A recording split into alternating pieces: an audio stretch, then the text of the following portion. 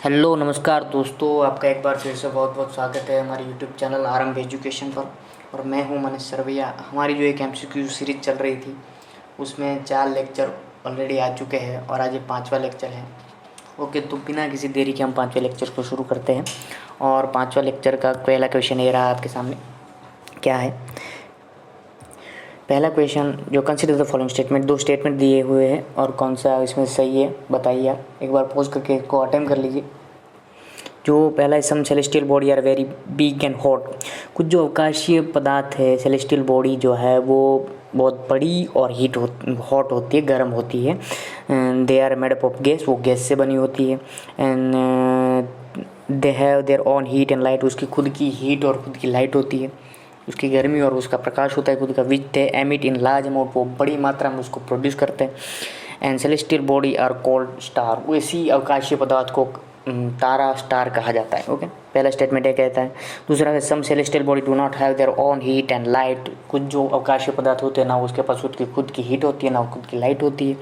और जो वो प्रकाशित होते हैं वो स्टार का जो प्रकाश होता है, स्टार की जो लाइट होती है उसकी मदद से वो कुछ प्रकाशित होते हैं। Such a body are called planet, ऐसी जो बॉडी है अवकाशीय पदार्थ है उसको प्लैनेट कहा जाता है।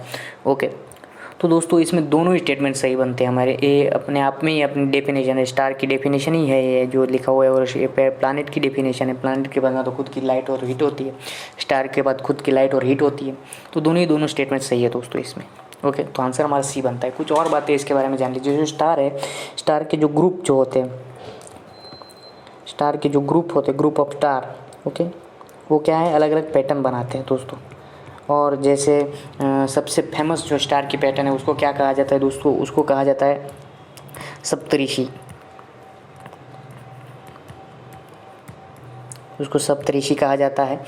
और सप्तऋषि का मतलब 7 ऋषि और 7 स्टार, 7 स्टार होते हैं। तो और 7 सप्तऋषि की मदद से हम एक जो नॉर्थ पोल है, नॉर्थ पोल स्टार जो है, पोल स्टार जिसे कहते हैं, नॉर्थ स्टार जिसे कहते हैं, उसको हम पहचान सकते हैं।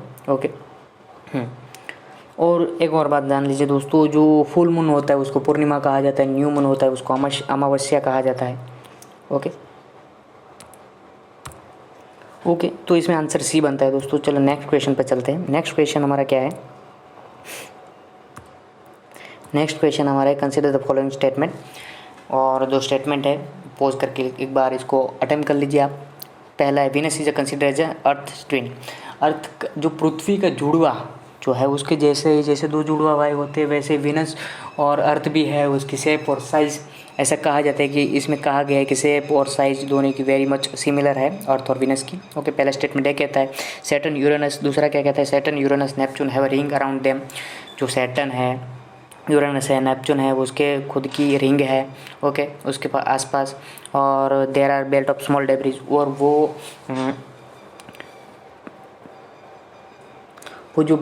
स्मॉल डेब्रिज से वो बनी होती है।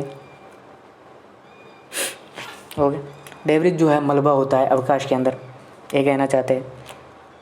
तो आप एक बार अटेम्प्ट कर लीजिए। ओके, इसमें जो है वो दोस्तों आंसर हमारा बनता है ए, क्योंकि जो है यहाँ पे सैटर्न दिया हुआ है, यूरेनस दिया हुआ है, लेकिन जो नेपच्यून है ना, नेपच्यून के पास नहीं है रिंग। जो है जुपिटर के पास, जुपिटर है ना, उसके पास खुद की एक रिंग है। ओके, ये नेपच्यून के पास नहीं है, तो इस वजह से हमारा दूसरा गलत होता है दोस्तों। ओके, कुछ और बातें हैं वो जान लीजिए, और आपके लिए जानना बहुत ज़रूरी है। जैसे कि मैं बताता हूँ आपको, जो मान लीजिए कि सन है। ओके, और यहाँ पे अर्थ है, यहाँ पे चंद्रमा है। ओके, तो जो सन से लेकर पृथ्वी के बीच का जो अंतर है ना वो कितना है? 150 मिलियन किलोमीटर है दोनों के बीच में अंतर, सन और अर्थ के बीच में। ये सन, ये अर्थ, इसके बीच में कितना अंतर है? डिस्टेंस कितना है? 150 मिलियन किलोमीटर। और जो अर्थ से लेकर जो मून के बीच का जो अंतर है वो कितना है? अर्थ से लेकर मून के बीच का अंतर है 3,84,400 किलोमीटर। ये इसके बीच का अंतर है दोस्तों। ओके, और जो है ये जो मून है वो अर्थ के अराउंड जो रोटेशन करती है, ओके, जिसको रिवोल्यूशन कहा जाता है, उसकी खुद की जो एक्सिस पर वो रोटेट करती है उसको रोटेशन कहा जाता है। जो दूसरे सेलेस्टियल बॉडी के अराउंड जब रोटेट किया जाता है उसको रिवोल्यूशन कहा जाता है। तो सन जो मून है वो अर्थ की रिवोल्यूशन करने के लिए जो टाइम लेता है वो 27 डे है दोस्तों। 27 डे में वो पूरा घूम जाता है, ओके। और जो सन के पास एक और बात, जो मरकरी है सबसे नज़दीक का जो ग्रह है, वो क्या करता है, वो 88 डे लेता है उसको पूरा घूमने के लिए, ओके। और मैं मैप में आपको कुछ चीज़ें बता देता हूँ। ये देखिए, ये रहा दोस्तों। तो जो मरकरी वो कितना 88 डे लेते हैं, 88 डे लेता है वो, ओके, सन के अराउंड घूमने के लिए। और जो और मैंने बता दिया मून जो है वो कितने 27 डे लेते हैं जो है पृथ्वी का एक चक्कर काटने के लिए। और ये देख लीजिए, ये है एस्ट्रॉयड बेल्ट। एस्ट्रॉयड बेल्ट किसके बीच में है, मार्स और जुपिटर के बीच में है। और सेरेस जो है कॉमेट है, मैक है, प्लूटो है, सारे क्या है, ड्वार्फ प्लैनेट है। वो जो प्लैनेट की डेफिनेशन है उसमें फिट नहीं बैठते हैं। जैसे कि प्लूटो है 1930 के अंदर उसको नौवां ग्रह घोषित किया गया था, नौवां प्लैनेट, लेकिन 2006 में फिर उसको वहाँ से हटा दिया क्योंकि वो जो है वो प्लैनेट की जो डेफिनेशन है उसमें फिट नहीं बैठता है, ओके। तो अभी हमारे सोलर सिस्टम में कितने प्लैनेट हैं, टोटल 8 प्लैनेट हैं, ओके। और देखिए वीनस जो है वो अर्थ की ट्विन से जुड़वा है, जैसे कहा जाता है, उसकी साइज़ और शेप इक्वल है, ओके। यहाँ पे कुइपर बेल्ट है, यहाँ पे एस्ट्रॉयड बेल्ट है। एस्ट्रॉयड बेल्ट जुपिटर और मार्स के बीच में है, ओके। ओके, हाँ, और एक और बात है कि जो सनलाइट की जो स्पीड है वो 3 लाख किलोमीटर पर सेकंड है दोस्तों, ये भी याद रखिएगा आप, ओके। हाँ, एक और बात याद रखिए, सन की जो रे है उसको अर्थ तक पहुंचने में टोटल 8 मिनट लगते हैं भाई साहब। एक और बात बताना भी रहेगी, जैसे जो अर्थ है वो सन का जो रिवोल्यूशन करती है वो उसको लगता है 365 दिन, ओके। और एक्चुअल में अगर टाइम देखा जाए तो 365 दिन और 6 घंटे हैं, ओके। तो हर साल उसको काउंट नहीं किया जाता है 6 घंटे को, उसको 4 साल में एक बार, 4 साल अगर मान लीजिए हर साल 6 घंटे घूमती है तो 4 साल में कितना वो लेगी टाइम, तो 24 घंटे और देगा। तो 24 घंटे जो है वो 4 साल के बाद ऐड कर दिया जाएगा, हर साल 6 घंटे, तो 4 साल में कितने घंटे वो एक्स्ट्रा लेगी, तो वो 24 घंटे। तो फिर क्या होता है कि उस वजह से लीप ईयर एक डाला जाता है, जैसे फरवरी में 29 डे होते हैं, इसी वजह से होते हैं क्योंकि जो है हर साल 365 और 6 घंटा लेती है, तो 6 घंटे को हर बार काउंट नहीं किया जाता है, वो 4 साल में एक बार काउंट करके उसको 24 घंटे करके एक डे ऐड कर दिया जाता है, ओके। चलो नेक्स्ट चलते दोस्तों।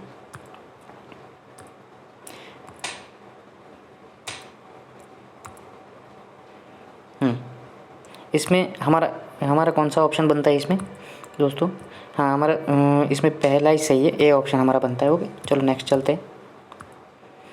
नेक्स्ट क्या है, Sardar Patel was a chairman of which of the following committee of the constitution assembly. Constitution assembly जो है उसमें सरदार पटेल कौन सी कमेटी के जो है वो चेयरमैन थे।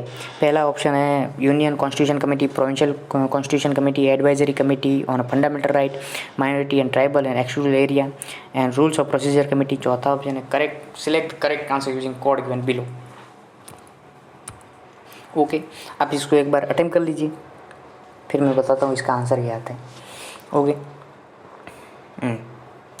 इसमें दोस्तों जो है, हाँ, ये प्रोविंशियल कमेटी और जो एडवाइजरी कमेटी है वो दोनों, ये जैसे यूनियन कॉन्स्टिट्यूशन कमेटी जो है उसके जो चेयरमैन थे वो तो जवाहरलाल नेहरू थे, ओके। तो हमारा पहला गलत हो गया, पहला निकल गया, तो दूसरा भी। और जो रूल्स एंड प्रोसीजर कमेटी जो है उसके डॉक्टर राजेंद्र प्रसाद उसके चेयरमैन थे, तो चौथा भी निकल गया, तो डी भी नहीं आएगा। हमारा आंसर बनेगा तो 3 two provincial constitution committee and advisory committee on fundamental right, minority and tribal and excluded area, जो ए है वो हमारा आंसर बनता है। जैसे दोस्तों मैं थोड़ा आपको डिटेल कॉन्स्टिट्यूशन जो कमेटी उसके बारे में थोड़ी और डिटेल दे देता हूँ। जैसे जवाहरलाल नेहरू जो थे, नेहरू जी जो थे उसके पास कौन सी कमेटियाँ थी एक बार जान लीजिए आप। उसके पास जो है union constitution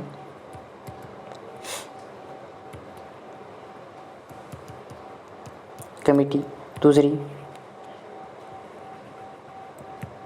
union power committee, okay. दूसरी जो थी एक special committee to examine draft constitution. ये चार जो है, तीन और एक चौथी जो कमेटी वो स्टेट कमेटी, ओके। वो ये चारों कमेटी के जो है चेयरमैन थे वो जवाहरलाल नेहरू थे, ओके। और अब सरदार पटेल जो है, हाँ सरदार पटेल जो है वो ये है प्रोविंशियल कमेटी और advisory committee on fundamental right, minority and tribal excluded area, उसकी कमेटी के जो हेड चेयरमैन थे वो सरदार पटेल थे। यहाँ पे जो है रूल्स ऑफ प्रोसीजर कमेटी है, उसके बारे में जो जान लीजिए दोस्तों। जैसे राजेंद्र प्रसाद जो है, इसके जो चेयरमैन थे वो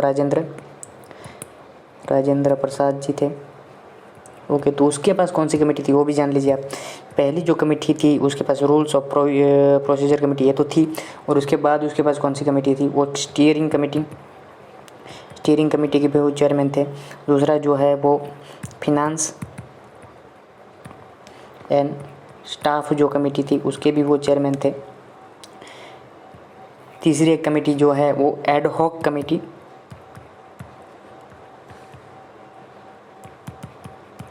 एडहॉक कमेटी किसके ऊपर, जो नेशनल फ्लैग हमारा था वो जो कमेटी थी वो इन चारों कमेटियों के जो चेयरमैन थे डॉक्टर राजेंद्र प्रसाद थे, ओके। अब यहाँ पे दोस्तों कॉन्स्टिट्यूशन असेंबली भी यहाँ पे लिखा हुआ है, तो उसके बारे में मैं आपको थोड़ा बता देता हूँ। इसमें हमारा आंसर दोस्तों देख लीजिए पहले। आप आंसर तो मैंने सही बता दिया। अब देखिए कॉन्स्टिट्यूशन असेंबली के बारे में कुछ बातें मैं आपको बताना चाहता हूँ। जैसे कॉन्स्टिट्यूशन असेंबली कब बनाई गई थी।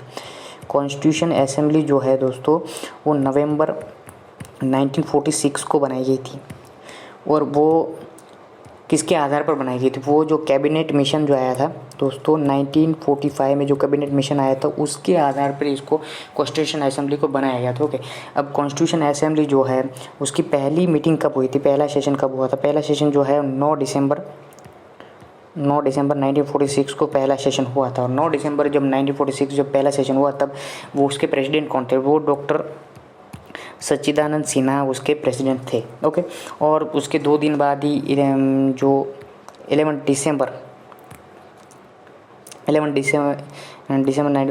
दिसंबर 1946 को जो है डॉक्टर राजेंद्र प्रसाद को क्या है सर्वसहमति से उसको प्रेसिडेंट बना दिया गया, ओके। और 13 दिसंबर जो दोस्तों, एक ये जो डेट मैं आपको बता रहा हूँ उसको ज़रूर याद रखिएगा दोस्तों, बहुत इंपॉर्टेंट। 13 दिसंबर क्या हुआ, 13 दिसंबर को जवाहरलाल नेहरू जी ने क्या किया था, ऑब्जेक्टिव रिजोल्यूशन जो है वो पास किया, वो मूव किया था कॉन्स्टिट्यूशन असेंबली के अंदर, ओके। हाँ, और ये जो ऑब्जेक्टिव रिजोल्यूशन है उसको फाइनली एडॉप्ट कब किया गया, 22 जनवरी 1947 में इसको अपनाया गया। 1947 को इसको एडॉप्ट कर लिया गया, ओके। हाँ, एक और बात जान लीजिए, इसके टोटल 389 मेंबर थे इसके अंदर, ओके। हाँ, एक और मैं बात बता देता हूँ आपको। एक और बात क्या है, जैसे जब ये जो कॉन्स्टिट्यूशन असेंबली है वो कॉन्स्टिट्यूशन बॉडी के तहत काम करती थी, जैसे वो ओके कॉन्स्टिट्यूशन बनाए काम करती थी। एज ए कॉन्स्टिट्यूशन बॉडी जब वो बैठती थी, एज ए कॉन्स्टिट्यूशन बॉडी बैठती थी, तब उसके जो चेयरमैन होते थे वो राजेंद्र प्रसाद जी होते थे, ओके। लेकिन जब ये जो कॉन्स्टिट्यूशन असेंबली वो लेजिस्लेटिव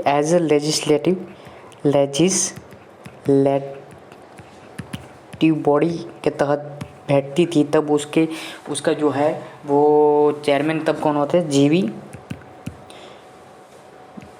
मावलंकर उसके चेयरमैन होते थे। जैसे जब वो कॉन्स्टिट्यूशन बॉडी जब बैठती थी तब उसके जो चेयरमैन होते थे वो राजेंद्र प्रसाद होते थे, और जब वो लेजिस्लेटिव बॉडी के तहत बैठती थी तब वो उसके जो चेयरमैन होते थे जीवी मालवनकर होते थे, ओके। हाँ दोस्तों, इसमें मैंने सारी बातें जो इसके कनेक्ट होती थी मैंने बता दी आपको, ओके। चलो नेक्स्ट चलते हैं।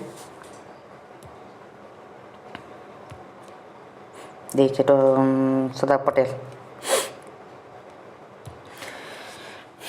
नेक्स्ट क्या है, who among the following the author of the Indian woman battle for freedom.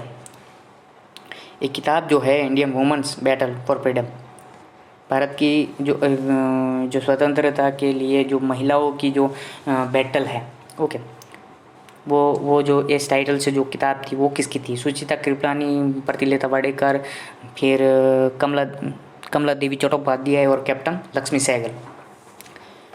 Okay, तो इसमें जो है इसकी ऑथर है वो कमला देवी चट्टोपाध्याय है दोस्तों। ओके, और कमला देवी चट्टोपाध्याय जो है वो एक, मैं बता भी देता हूँ आपको, देख लीजिए उसको पहले आप। कमला देवी चट्टोपाध्याय जो है उसकी एक किताब है दोस्तों।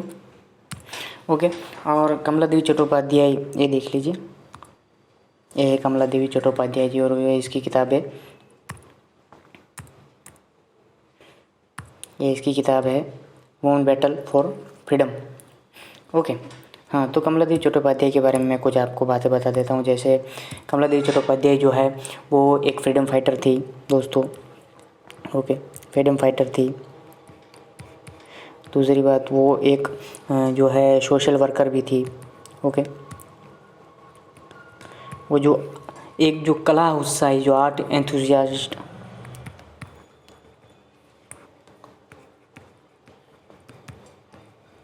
कला उत्साही, आर्ट एंथुसियासिस्ट, फिर जो है वो पॉलिटिशियन जो थी, पॉलिटिशियन भी थी, और फेमिनिस्ट भी थी। ओके, हाँ, और एक बात जान लीजिए दोस्तों, वो गांधीयन फिलोसॉफी को फॉलो करती थी, गांधीयन फिलोसॉफी को फॉलो करती थी। ओके, हाँ, एक और भी बात आप जान लीजिए, जो इंटरनेशनल अलायंस हुई थी, अलायंस ऑफ वुमन, कहाँ पे? बर्लिन के अंदर। कब? 1929 के अंदर जो अलायंस हुई थी उसमें उसने पार्ट लिया था, पार्टिसिपेट किया था उसके अंदर। ओके, अब और एक बात मैं आपको बताता हूँ, जैसे वो फर्स्ट लेडी थी प्रोविंशियल इलेक्शन में पार्ट लेने वाली। कहाँ पे? प्रोविंशियल इलेक्शन के अंदर, पार्ट लेने वाली फर्स्ट लेडी थी वो। ओके,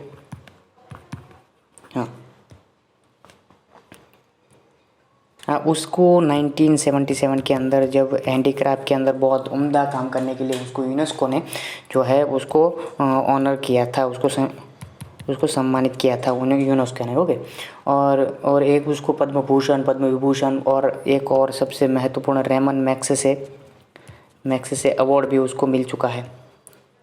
किसको? कमला देवी चट्टोपाध्याय को। ओके, इसको मिल चुका है। और एक बात मैं ये भी सबसे महत्वपूर्ण बात है, उसकी किताबें जो है बहुत इंपॉर्टेंट है। जैसे उसकी किताब है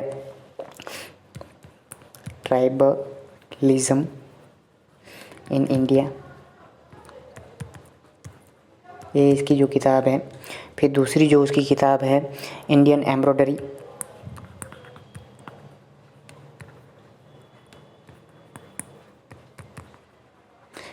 तीसरी उसकी एक किताब है inner recess outer space memoirs. ये जो तीन इसकी सबसे फेमस किताबें हैं। ओके, उसने फिर वुमेन के राइट, रिलीजियस फ्रीडम, फिर एनवायरनमेंट और जस्टिस, पॉलिटिकल इंडिपेंडेंस,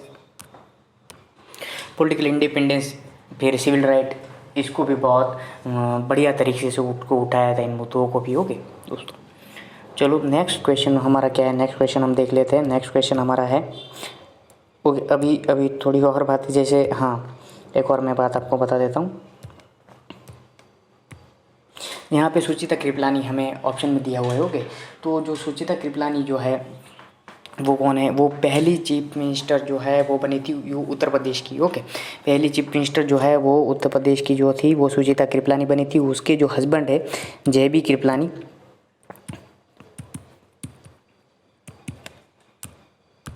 ओके, मतलब JB कृपलानी जीवंतराम भगवान दास कृपलानी। ओके, ये उसके हस्बैंड थे। और वो जो JB कृपलानी है वो जब भारत आज़ाद जब हुआ 1947 में, तब वो क्या थे, इंडियन नेशनल कांग्रेस जो थी उसके प्रेसिडेंट थे वो JB कृपलानी। ओके, जब आज़ाद हुआ तब उसके प्रेसिडेंट कौन थे, JB कृपलानी, जीवंतराम भगवान दास कृपलानी। ओके, अभी जो 11 नवंबर उसकी क्या थी, जन्म जयंती थी JB कृपलानी की। ओके, हाँ, और इसमें और भी ऑप्शन में दिया हुआ है हमें प्रतिलता वाडेकर जो है वो ऑप्शन में दिया है। प्रतिलता वाडेकर के बारे में आपको बताऊँ तो वो क्या थी, बंगाली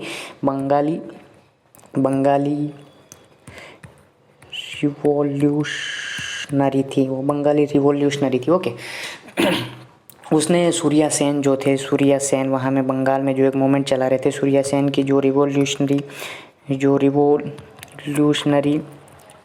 मूवमेंट के अंदर वो उसने ज्वाइन किया। फिर वो उसमें क्या हुआ कि जब पुलिस ने जब इसके पीछे पड़ी, खोज की, तो पुलिस ने इसको एक फायर की, इसके ऊपर गोली लगी प्रतिलता वाडेकर को। लेकिन क्या हुआ कि उसने साइनाइड खा लिया दोस्तों, साइनाइड खा लिया उसने। पुलिस से खुद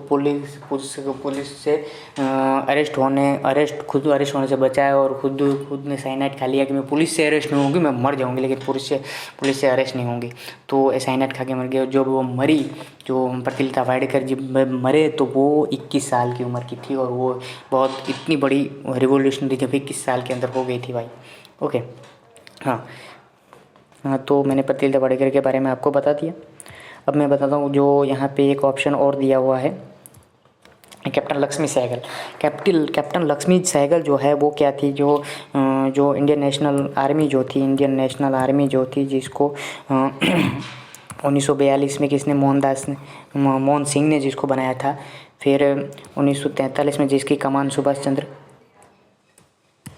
चंद्र बोस जी ने इसकी कमान संभाल ली थी। ओके, तो इसमें जो झांसी रानी जो रेजिमेंट थी, यानी झांसी जो रेजिमेंट थी, उसकी कमांड किसके पास थी, लक्ष्मी सहगल के पास ये इसकी कमांड थी। और लक्ष्मी सहगल जो है वो किसकी वाइफ है, वो प्रेम सहगल की वाइफ है दोस्तों, प्रेम सहगल की वाइफ है। ओके, अब प्रेम सहगल कौन थे वो भी जान लीजिए आप। प्रेम सहगल, फिर गुरुपक्ष ढिल्लो, फिर शाहनवाज खान। इसका नाम आपने ज़रूर सुना होगा दोस्तों, शाहनवाज खान। ये तीनों के तीनों जो ट्रायल चली थी उसके ऊपर वो कोर्ट मार्शल हुआ था, और रेड फोर्ट पर इसकी ट्रायल चली थी। तो जो ये इसमें जो प्रेम सहगल है वो लक्ष्मी सहगल के हस्बैंड है। ओके, हाँ, इसने भी इंडियन नेशनल आर्मी ज्वाइन की थी, प्रेम सहगल ने भी। ओके, हाँ, ओके दोस्तों, मैंने तकरीबन सारी बातें इसमें बता दी हैं। ओके, चलो नेक्स्ट चलते हैं। ये है कमला देवी चट्टोपाध्याय। ओके, ये देखिए, यह सुचिता कृपलानी जो कौन थी, भारत की पहली राज्य की CM बनने वाली सुचिता कृपलानी थी। प्रतिलता वाडेकर जो 21 साल की उम्र में साइनाइड खाकर पुलिस से अरेस्ट नहीं हुई और साइनाइड खा के मर गई। ओके, शहीद हो गई एक्चुअली। और कैप्टन लक्ष्मी सहगल जो है, जिसको रानी झांसी की रेजिमेंट की वो क्या थी, कैप्टन थी। और उसके जो हस्बैंड थे वो प्रेम सहगल थे। ओके, हाँ, जिसका ट्रायल चला था। ओके, चलो दोस्तों नेक्स्ट चलते हैं। नेक्स्ट क्या है, the word vaccine has been derived from a Latin word having meaning. उसका वर्ड क्या है, जो वैक्सीन का मतलब क्या होता है।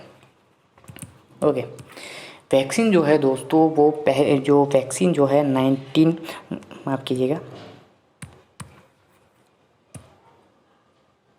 17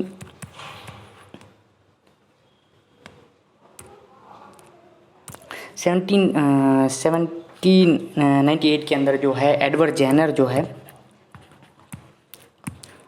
जिसने वैक्सीन को डेवलप किया था, वैक्सीन के कंसेप्ट को और वैक्सीन को देने वाला पहला आदमी था तो एडवर्ड जेनर था। ओके, फिजिशियन थे। उसने पहली बार जो है वो स्मॉल पॉक्स के लिए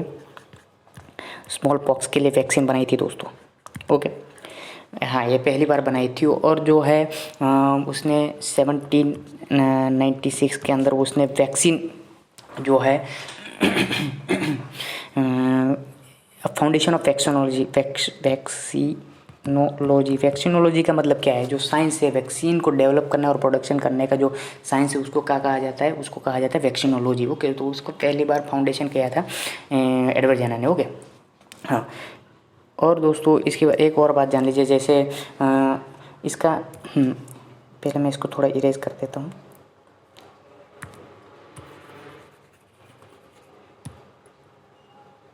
हाँ, तो वैक्सीन जो इसके जो स्मॉल पॉक्स वैक्सीनेशन ली, फिर जो काव स्मॉल पॉक्स ऑफ काव, और स्मॉल पॉक्स को क्या कहा जाता है, चेचक कहा जाता है, स्मॉल पॉक्स ऑफ काव। उसको उसका जो नाम है वो क्या है, साइंटिफिक नेम वेरिओलाइफैक्सिन।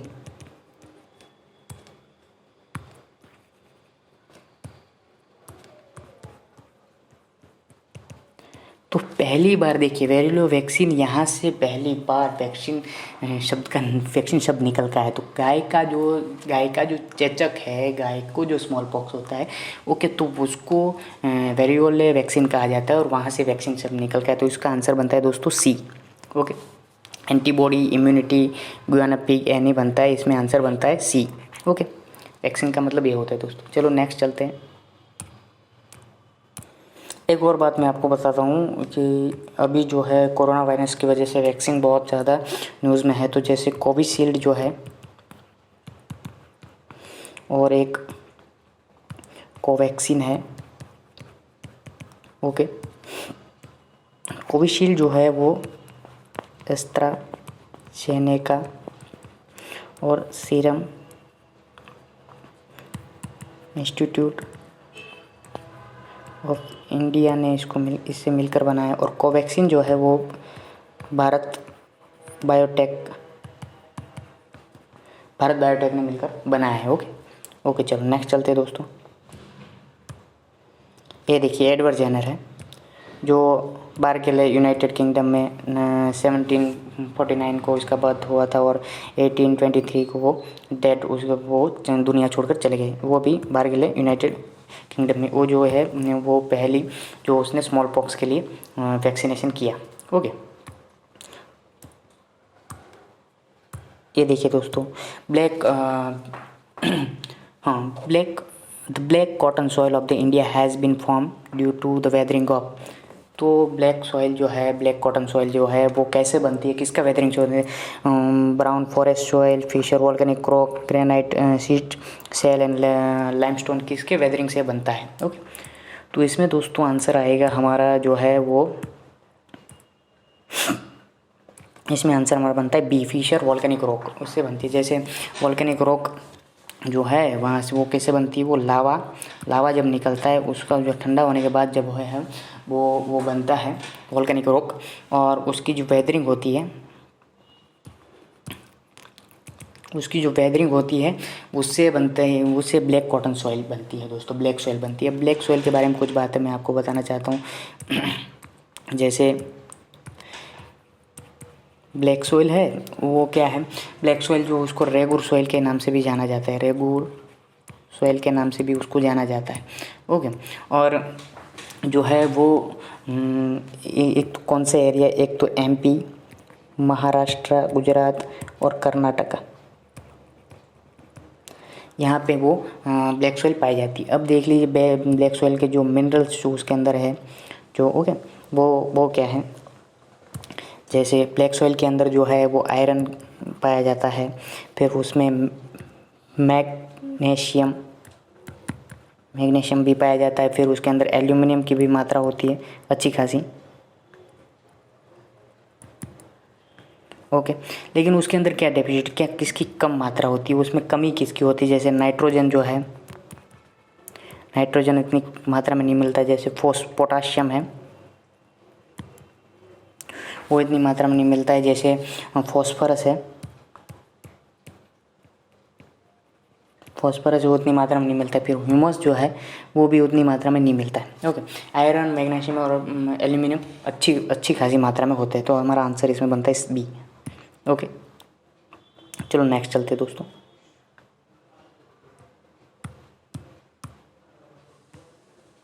देखिए, with the reference to Indus river system of the following four river, three of them fall into one of them which join the Indus direct. Among the following, which one is river that join the Indus direct?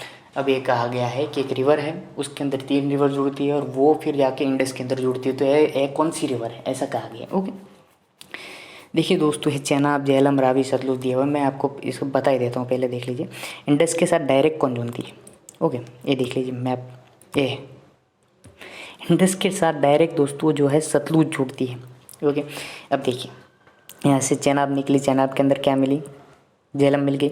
Okay, हाँ, फिर जो है जो रावी है, okay, जो रावी जाके मिलती है वो रावी जो है चेनाब में जाके मिलती है, चेनाब आती है, झेलम मिलती है, फिर रावी भी इसमें मिलती है, फिर जो चेनाब जाकर सतलुज में मिल जाती है और सतलुज फाइनल जाके कहाँ मिलती है, इंडस के अंदर मिलती है। ओके, एक बार फिर से आप देख लीजिए दोस्तों, फिर से मैं आपको, मुझे लगता है कि आपको फिर से एक बार बता देना चाहिए।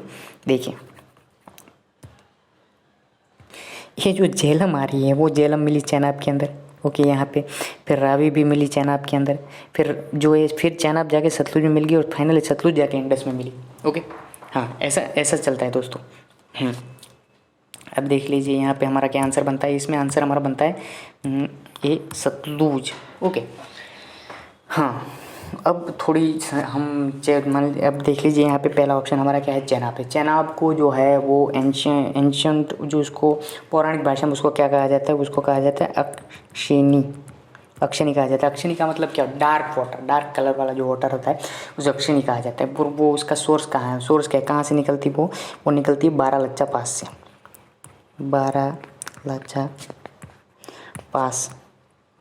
बारालाचा पास कहाँ पे है, हिमाचल प्रदेश के अंदर है, वहाँ से ये निकलती है। दोस्तों, मैंने आपको बताया था कि जो चेनाब है उसका जो ओरिजिन है वो बारालाचा पास है। ओके, बारालाचा पास वो कहाँ है, हिमाचल प्रदेश के अंदर। ओके, हाँ, अब चेनाब जो रिवर है ना उसको चंद्रा एंड भागा, मतलब उसका पूरा नाम चंद्रभागा भी उसको कहा जाता है। ओके, और चंद्रभागा रिवर इस वजह से कहा जाता है कि चंद्रा और भागा जो रिवर है वो मिलकर चेनाब को बनाती है। ओके, इस वजह से इसको चंद्रभागा रिवर कहा जाता है और उसका जो माउथ है वो जाकर कहाँ मिलती है, सतलुज में जाकर मिलती है दोस्तों। ओके, हाँ, ये चेनाब के बारे में मैंने आपको बता दिया। अब मैं यहाँ पे हमारे ऑप्शन में झेलम भी है। ओके, तो जो झेलम है, झेलम क्या है, झेलम का जो एंशियंट नाम है, उसका पौराणिक नाम है वो क्या है, वितासता, उसको वितासता भी कहा जाता है। ओके, और एक उसका जो सोर्स है वो कहाँ है, वेरीनाग कहाँ है, वेरीनाग है अनंतनाग क्या है, अनंतनाग जो है वो एक डिस्ट्रिक्ट है, कहाँ पे, जम्मू एंड कश्मीर के अंदर अनंतनाग जो है एक डिस्ट्रिक्ट है, वहाँ पे वेरीनाग है एक जगह, वहाँ से जो है झेलम का सोर्स है और झेलम का जो माउथ है वो क्या है, चेनाब माउथ है। ओके, अभी मैं आपको मैप में ही बता दूँगा, इससे पहले मैंने आपको बताया जो माउथ है उसका वो चेनाब है। और उसको हाइडस पास, इसका ग्रीक जो नाम है वो क्या है, ग्रीक जो इसका नाम है वो क्या है, हाइडस पास इसको कहा जाता है। हाइडस पास एक और वजह से जाना जाए, एक और वजह से फेमस है, क्यों फेमस है आपको पता होना चाहिए। हाइडस पास, बैटल ऑफ हाइडस पास जो है हुई थी, हाइडस पास किस बीच में हुई थी, अलेक्जेंडर द ग्रेट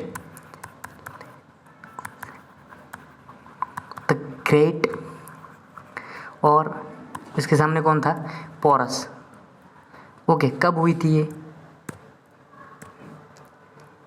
ये कब हुई थी, ये हुई थी 326 BC में हुई थी ये। ओके, हाँ हेडेस पास की। और इसके बारे में आपको थोड़ा इतना ज़रूरी नहीं, लेकिन मैं बता देता हूँ। अलेक्जेंडर जो है वो फिर पोरस को अपना जो है अलेक्जेंडर जीत गया था, लेकिन पोरस को फिर भी सारी जो उसने जो जीता था वो उसको वापस देकर चला गया, और अपना जो सेनापति है जो सेल्यूकस निकटर उसको छोड़ के चला गया। हाँ, तो पोरस को फिर वापस दे दिया। कर पोरस को कहा था कि तू बहुत बहादुरी से मेरे सामने लड़ा, और इस वजह से मैं तुमको वापस देकर जाता हूँ। और जो सेल्यूकस निकोटर जो है उसका सेनापति, उसने जो है मेगास्थनीज को भेजा था कहाँ पे, चंद्रगुप्त मौर्य के शासन में जो है राज्य में, वहाँ पे भेजा था। ओके, मगध में। और जो मेगास्थनी है उसने इंडिका किताब लिखी थी। ओके, तो इसका कोई कनेक्शन नहीं है, लेकिन अलेक्जेंडर जब ग्रेट जब नाम आता है तो हमें सेल्यूकस निकेटर के बारे में पता होना चाहिए, मेगास्थनीज के बारे में पता होना चाहिए। ओके हाँ दोस्तों, ओके। अब यहाँ पे रावी हमारे ऑप्शन में है, रावी भी जान लीजिए आप। रावी जो है, रावी का जो एंशियन नाम है वो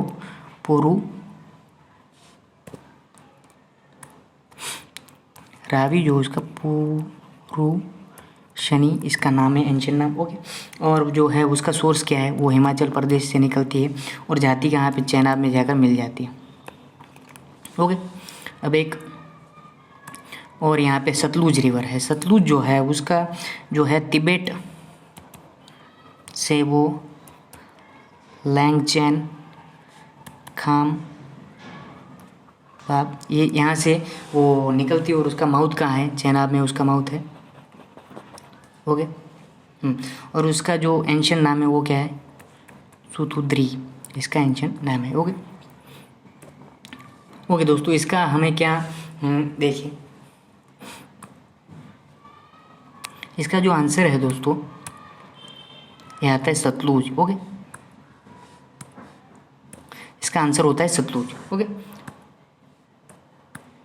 हाँ, यहाँ पे देख लीजिए, मैंने बताया कि आपको जो है चेनाब है उसका जो माउथ है वो क्या है, चेनाब का जो माउथ है वो सतलुज है। ये देख लीजिए, एक बार रिवाइज कर लीजिए, चेनाब का जो माउथ है सतलुज है। ओके, फिर जो झेलम जो रिवर है उसका जो माउथ है वो क्या है, वो चेनाब है। ओके, झेलम जो यहाँ चेनाब में मिलती है। ओके, और रावी का जो माउथ है वो भी क्या है, चेनाब है। रावी चेनाब में जाकर मिलती है, झेलम जो है चेनाब में आकर मिलती है, सतलुज और चेनाब जो है वो सतलुज में आकर मिलती है। और हमारे जो क्वेश्चन क्या था कि 3 रिवर जो है वो मिलती है, फिर वो डायरेक्ट जो है वो सतलुज जो है वो इंडस से मिलती है दोस्तों, ये पूरा है। ओके ओके दोस्तों, आज के इस लेक्चर में इतना ही। मैं आपसे फिर मिलूँगा, और मैंने इस अपनी जो इंस्टाग्राम की और टेलीग्राम की जो लिंक है मैंने पोस्ट डाल दी है डिस्क्रिप्शन बॉक्स में, आप वहाँ पे जाए। मैं इंस्टाग्राम पर रोज़ डेली MCQ डालता हूँ, आप उसको देखिए, उसको अटेम्प्ट करें। ओके, आपकी अच्छी प्रैक्टिस होगी। आज के लेक्चर में इतना ही दोस्तों, फिर मिलते हैं। Thank you.